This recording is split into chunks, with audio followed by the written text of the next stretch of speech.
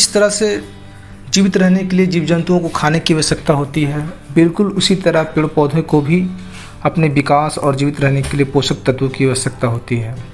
उन्हें अलग अलग तरह के न्यूट्रिशन उसी तरह से चाहिए जिस तरह के इंसानों को और अन्य जीव जंतुओं को चाहिए। तो आज के इस वीडियो में हम पौधे के लिए ज़रूरी न्यूट्रिशन के बारे में चर्चा करेंगे, काफ़ी विस्तृत से चर्चा करेंगे। तो इस वीडियो को देखते रहिए। तो आज हम बताने वाले हैं कि पौधे की न्यूट्रिशन कितनी अहमियत कितनी है। जैसे कि आप देख सकते हैं कि इस पेड़ में सारे पत्ते धीरे धीरे पीले होते जा रहे हैं और इसी तरह से इस पौधे का विकास नहीं हो पा रहा है। तो ये सभी न्यूट्रिशन का ही प्रभाव है कि अगर उन्हें सफिशिएंट मात्रा में न्यूट्रिशन नहीं दिया जाए तो उनमें विकृति आने लगती है। हर पौधे की न्यूट्रिशन की अलग अलग रेंज होती है। जैसे कि इस पत्ते की बीच में जो है आप पीलापन देख सकते हैं और किनारे में जो है आप देख सकते हैं कि धीरे धीरे सूख रही है। तो हम देख सकते हैं कि अलग अलग तत्वों की अहमियत कितनी अधिक होती है। इसी तरह से आप किसी पत्ते के अब किनारे को भी सूखते हुए देख सकते हैं। या भी पोषक तत्व के जो है न्यूट्रिशन सफिशिएंट मात्रा में ना मिलने का ही एक दुष्परिणाम है। और आप देख सकते हैं कि जो है इस तरह के पौधे के जो है लीफ में किनारे से ही सूखना स्टार्ट होता है। तो ये संकेत होता है कि इसके अंदर किसी तत्व की कमी हो रही है। तो आपको इस बात की जानकारी होनी चाहिए कि आपके पौधे की कौन कौन तत्वों की आवश्यकता होती है। इसी तरह से हम देखते हैं कि किसी किसी पत्ते की लीफ जो है थोड़े से विकृत होने लगते हैं, टेढ़े होने लगते हैं और पूरी तरह से फुली डेवलप नहीं होते हैं। किसी जो है लीफ का जो है किनारा पीला पड़ने लगता है और धीरे धीरे वो सूख जाता है। तो ये सभी जो है इंडिकेशन है कि आपके जो है पौधे में किसी तत्व जैसे मैग्नीशियम, कैल्शियम, पोटेशियम, नाइट्रोजन और फॉस्फेट आदि जो है तत्व की कमी हो रही है। तो आपको ये भी जानना है कि कौन से साइन जो होने पर जो है किस तत्व की कमी हो। जैसे कि आप देख सकते हैं इसके पीलापन पत्तियों में आ रही है, तो इसका मतलब है कि इसके अंदर नाइट्रोजन की कमी हो रही है। इसका पीलापन जो है यह बताता है कि इसके अंदर जो है मैग्नीशियम की कमी हो रही है, जिसके कारण पत्तियाँ धीरे धीरे पीले हो रही है। और इसी तरह से आप देख सकते हैं कि इसके अंदर जो है मैग्नीशियम के साथ साथ जो है नाइट्रोजन की भी कमी हो रही है, क्योंकि नाइट्रोजन जो है पौधे की ग्रोथ के लिए बहुत आवश्यक है और मैग्नीशियम पौधे के फोटोसिंथेसिस और उसे बिल्कुल हेल्दी रखने के लिए आवश्यक होता है। क्योंकि मैग्नीशियम जो है फोटोसिंथेसिस में काफ़ी यूज़फुल होता है। इसके अलावा आयरन भी काफ़ी थोड़ी बहुत मात्रा में होनी चाहिए, क्योंकि आयरन जो है क्लोरोफिल बनने में काम आती है। तो हर तत्व का अपनी अहमियत है और इसका जो है पौधे के लाइफ में या पौधे के विकास में काफ़ी योगदान है। तो आपको इन बातों का भी ध्यान रखना है कि किस पौधे में किस चीज़ की कमी हो रही है। तो आज की वीडियो काफ़ी रोचक होने वाला है, क्योंकि मैं विस्तृत से बताऊंगा कि किस किस तत्व जो कि बाज़ार में उपलब्ध होते हैं और पौधे में किस कमी होने पर जो है इसका इस्तेमाल करें। जैसे कि बाज़ार में आप नाइट्रोजन, DAP, NPK, में इप्सम और कई ऑर्गेनिक फर्टिलाइज़र उपलब्ध हैं, परंतु हमें पता होना चाहिए कि किस फर्टिलाइज़र का इस्तेमाल कब और कितनी मात्रा में करनी है। जैसे कि आप देख सकते हैं इस पत्ती का जो है बिल्कुल बीच में येलोपन आ रहा है। यह भी जो है आप देख सकते हैं इस तरह के जो है कमी भी फर्टिलाइज़र में आती है। तो एक कुछ फर्टिलाइज़र है जैसे कि आप देख सकते हैं NPK है, DAP है, ऑर्गेनिक फर्टिलाइज़र, नीम के फर्टिलाइज़र और इप्सम साल्ट है। तो हमें ये तय करना है कि कौन से फर्टिलाइज़र का नियमित इस्तेमाल करें ताकि हमारे पौधे हेल्दी रहें। तो चलिए जानते हैं कौन सी फर्टिलाइज़र का क्या इस्तेमाल है। सबसे पहले मैं बात करने वाला हूँ NPK, क्योंकि NPK का अर्थ होता है नाइट्रोजन, फॉस्फोरस और पोटेशियम। तो NPK सबसे अत्यधिक इस्तेमाल होने वाला फर्टिलाइज़र है और इसका काफ़ी धड़ल्ले से इस्तेमाल होता है, क्योंकि पौधे के प्राइमरी ग्रोथ के लिए काफ़ी यूज़फुल है। क्योंकि किसी भी पौधे की शुरुआती डेवलपमेंट से लेकर उसे शुभ डेवलपमेंट तक के जो है नाइट्रोजन और फॉस्फोरस का काफ़ी योगदान है। तो NPK में वो सारे मेजर एलिमेंट्स या मेजर जो है तत्व होते हैं जिससे पौधे का विकास काफ़ी तेज़ी से होता है। नाइट्रोजन मुख्य तौर पर जो है पौधे के विकास में काफ़ी महत्वपूर्ण होता है और फॉस्फोरस भी उनके जो है शुभ डेवलपमेंट, स्टेम डेवलपमेंट में काफ़ी सहयोगी होता है। आप देख सकते हैं ये पोटेशियम है और पोटेशियम का इस्तेमाल जो है जनरली फूल लगने में और जो है पौधे के फल लगने में होता है। इसके अलावा जो है आप देख सकते हैं ये फास्फोरस है, ये पौधे के ग्रोथ में और इसकी जो है रेजिस्टेंट पावर डेवलप करने में काफ़ी महत्वपूर्ण है। तो फास्फोरस भी अपने अहमियत के लिए काफ़ी महत्वपूर्ण है। इसके अलावा जो है हम आपको दिखाने वाले हैं कि नाइट्रोजन का जो है इस्तेमाल भी काफ़ी इम्पोर्टेंट है, क्योंकि अगर हम सीडलिंग लगाते हैं या शुरुआती दौर में पौधे लगाते हैं तो सबसे अधिक पौधे की आवश्यकता जो है नाइट्रोजन की होती है। तो आप नाइट्रोजन का जो है इस्तेमाल करना बहुत ज़रूरी होता है जब हम पौधे की सीडलिंग लगाते हैं। यह एक दानेदार केमिकल होता है, हालांकि यह जो है बाज़ार में काफ़ी सस्ते और आसानी से उपलब्ध होने वाला फर्टिलाइज़र है। इसके कुछ साइड इफ़ेक्ट भी हैं, जैसे ज़्यादा इस्तेमाल करने से आपकी मिट्टी में जो है उर्वरकता जा सकती है या वो अम्लीय हो सकती है। तो इसका भी जो है किफ़ायती से इस्तेमाल करना चाहिए जब तक आवश्यकता नहीं है पौधों को, इसका जो है बेवजह इस्तेमाल नहीं करना चाहिए।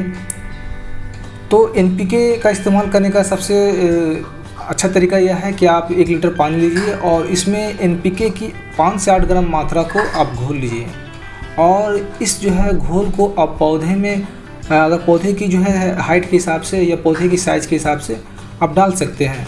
आप मिनिमम जो है 5 मिलीलीटर से लगभग 200 मिलीलीटर तक इसे इस्तेमाल कर सकते हैं। आपको एक बात का ध्यान रखना है कि इसका जो है एक अंतराल पर ही इसका इस्तेमाल करना चाहिए, आपको प्रतिदिन या सप्ताह में इस्तेमाल नहीं करना चाहिए। अगर आपने एक बार NPK इस्तेमाल कर लिया है तो अगले 2 हफ्ते तक इसका इस्तेमाल आपको नहीं करना है, अन्यथा पौधे की जो है रूट बर्न हो जाएगी और पौधे सूख जाएंगे। तो इस बात का भी ध्यान रखना है कि NPK ग्रोथ के लिए ज़रूरी तो है, परंतु इसकी अत्यधिक मात्रा पौधे के लिए हानिकारक भी है। तो आपको इस बात का ध्यान रखना है कि इसका भी इस्तेमाल जो है आपको बिल्कुल जो है सावधानीपूर्वक और समझदारीपूर्वक करना है।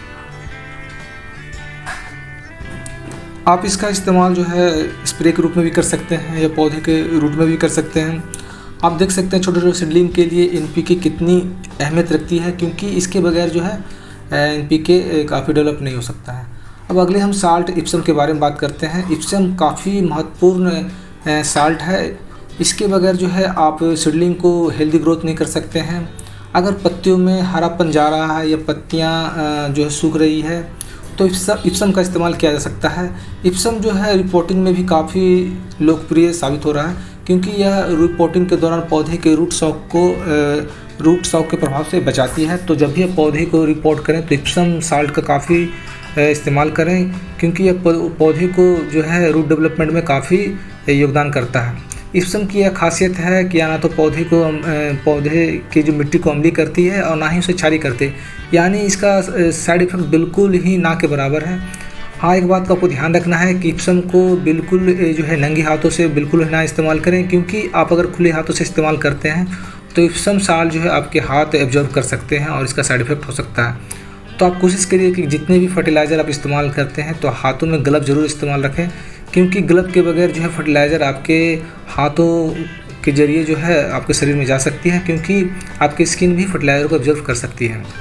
इप्सम का इस्तेमाल जनरली हम जो है पौधे के लीफ की अच्छी ग्रोथ के लिए, और अगर रूट का डेवलपमेंट करना हो या पौधे को कटिंग लगाए हो या रिपोर्टिंग किए हो, तब इसका इस्तेमाल काफ़ी अत्यधिक होता है।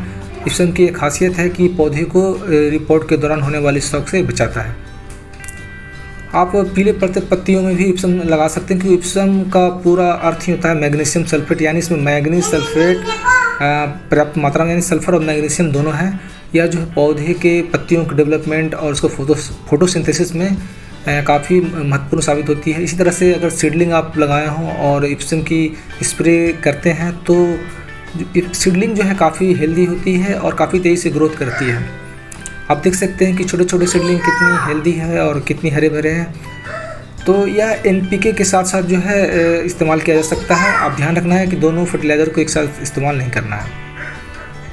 अब मैं अगले साल्ट DAP के बारे में बात करने वाला हूँ। DAP होता है डाई अमोनियम फॉस्फेट। तो आप जैसा देख सकते हैं फॉस्फेट, यानी इसके अंदर फॉस्फोरस काफ़ी मात्रा में होती है और इसके अंदर नाइट्रोजन की भी मात्रा होती है। तो आप ये देख सकते हैं कि DAP एक ऐसा जो है परिपूर्ण फर्टिलाइज़र है जो पौधे के ग्रोथ के साथ साथ उसके फल लगने और फूल लगने में भी काफ़ी जो है मदद करती है। DAP की एक खासियत है कि जब आप इसे इस्तेमाल करते हैं तो पत्तियों का तेज़ी से डेवलपमेंट होता है, फूलों का डेवलपमेंट होने लगता है, और अगर फल लगने वाले पौधे हैं तो उसमें फल भी आने लगते हैं। तो डीएपी का इस्तेमाल भी ज़्यादा नहीं करनी चाहिए, क्योंकि जिस तरह से फर्टिलाइज़र के साइड इफ़ेक्ट होते हैं उसी तरह से डीएपी की भी अपने एक साइड इफ़ेक्ट है। यानी इसका ज़्यादा इस्तेमाल से जो है मिट्टी जो है क्षारीय होने लगती है, और इससे जो है पौधे जो है पौधे में डेवलपमेंट जो धीरे धीरे रुकने लगती है। तो आपको डीएपी का जो है काफ़ी किफ़ायती और समझदारीपूर्वक इस्तेमाल करना है, क्योंकि डीएपी के इस्तेमाल के बाद जो है काफ़ी तेज़ी से पौधे में विकास होता है। आप देख सकते हैं कि नए नए इसमें जो है लिप्स आने लगे हैं। साथ ही साथ आप देख सकते हैं कि इसके अंदर काफ़ी फूल भी आने लगे हैं। तो अगर आपको तेज़ी से जो है फूल लगना है और लीफ का जो है डेवलपमेंट करना है, तो आपको डीएपी इस्तेमाल करना चाहिए। डीएपी जो है काफ़ी तेज़ी से फूल का ग्रोथ करते हैं और पत्तियों के जो है शुभ डेवलपमेंट में भी काफ़ी इस्तेमाल होते हैं, काफ़ी मदद करते हैं। तो डीएपी एक खासियत है कि अब एक तरह के हार्मोन जैसा इस्तेमाल होता है, यानी आप डीएपी का इस्तेमाल करने के बाद पौधे में विकास होना ही होना है। उसके अंदर नए नए जो है शुड और जैसे स्टेम डेवलप होने लगते हैं, और उसके अंदर जो है फूल और फल आने लगते हैं। तो डीएपी का मुख्य काम होता है फूल लगने में और फलों को लगने में, साथ ही साथ नए डेवलपमेंट में। तो इस तरह के फर्टिलाइज़र भी आपके पास होनी चाहिए, क्योंकि डीएपी से जो है आप फूल वाले पौधे को हेल्दी रख सकते हैं और नए नए डेवलपमेंट उसके अंदर ला सकते हैं। चलिए अब बात करते हैं अगले फर्टिलाइज़र की। तो अगले फर्टिलाइज़र के बारे में बताने से पहले मैं आपको एक बात ज़रूर बताना चाहूँगा कि फर्टिलाइज़र का इस्तेमाल आपको तभी करनी चाहिए जब आपके पौधे में कुछ कमी दिखने लगे। अब मैं अगले फर्टिलाइज़र जो है ऑर्गेनिक कंपोस्ट के बारे में बता रहा हूँ। ऑर्गेनिक कंपोस्ट की सबसे अधिक खासियत यह है कि इसके अंदर जो है सारे तत्व जो है एक साथ उपलब्ध होते हैं। जिस तरह से आप इनऑर्गेनिक फर्टिलाइज़र का इस्तेमाल करते हैं तो आपको नाइट्रोजन, पोटेशियम, फास्फोरस, मैग्नीशियम अलग अलग इस्तेमाल करना होता है, जबकि ऑर्गेनिक फर्टिलाइज़र की एक खासियत होती है कि इसके अंदर सारे तत्व होते हैं। हालांकि अलग अलग ऑर्गेनिक कंपोस्ट में भी किसी तत्व की मात्रा ज़्यादा हो सकती है, जैसे कि बर्मी कंपोस्ट, काऊ डंग कंपोस्ट, नीम टेक फर्टिलाइज़र। यानी अगर आपको संतुलित पोषक तत्वों को देने की ज़रूरत है तो आपको ऑर्गेनिक जो है कंपोस्ट या फर्टिलाइज़र का इस्तेमाल करनी चाहिए। तो आप देख सकते हैं कि ऑर्गेनिक फर्टिलाइज़र से सारे डेवलपमेंट होते हैं, क्योंकि इसके अंदर कोई खास तत्व की अधिकता नहीं होती, बल्कि सभी इसमें तत्व उपलब्ध होते हैं। इसके बाद मैं बता दूं कि इसे इस्तेमाल करने के तरीके हैं। आप इसे पानी में घोलकर ना इस्तेमाल करें, आप मिट्टी के ऊपर से छिड़क सकते हैं, और इसके बाद आप जो है मिट्टी को स्क्रैप कर सकते हैं या खुदाई कर सकते हैं, ताकि वो इसके पानी जब आप इसके अंदर डालें तो वो एब्जॉर्ब कर लें। आपको एक ध्यान रखना है कि हर पॉट के ऊपर थोड़ी सी 1 या 2 इंच जगह खाली होनी चाहिए, ताकि आप जो है बराबर इसमें कंपोस्ट इस्तेमाल कर सकें। तो जब भी आप पॉटिंग करें थोड़ी सी जगह पॉट में छोड़ दें, ताकि आप समय पर इस पर फर्टिलाइज़र यानी कंपोस्ट और इसी तरह के अन्य जो है ऑर्गेनिक फर्टिलाइज़र इस्तेमाल कर सकें।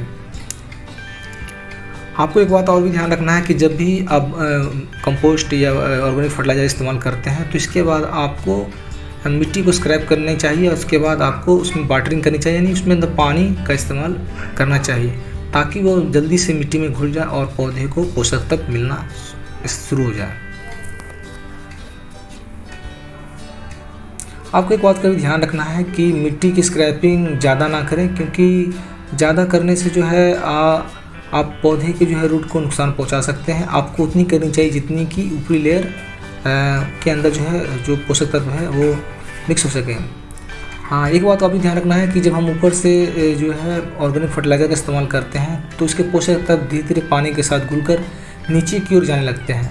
तो भी एक फ़ायदा होता है कि हमें पूरी मिट्टी में पोषक तत्व को मिलाने की आवश्यकता नहीं होती है, बल्कि यह पानी के साथ घुलकर नीचे की ओर ही जाती है और जड़ों तक धीरे धीरे पहुँचती रहती है।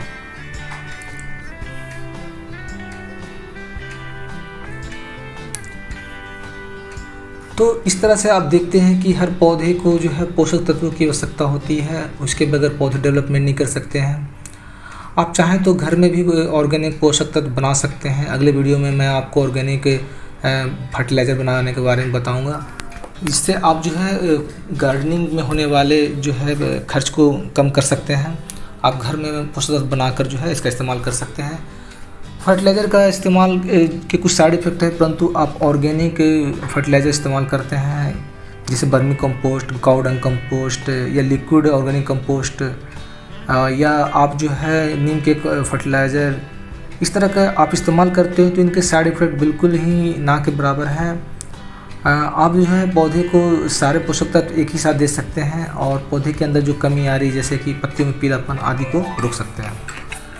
तो धन्यवाद दोस्तों, उम्मीद है वीडियो आपको काफ़ी अच्छा लगा होगा। इसी तरह से वीडियो देखते रहिए आप। अगले वीडियो में फिर मिलेंगे, तब तक के लिए धन्यवाद।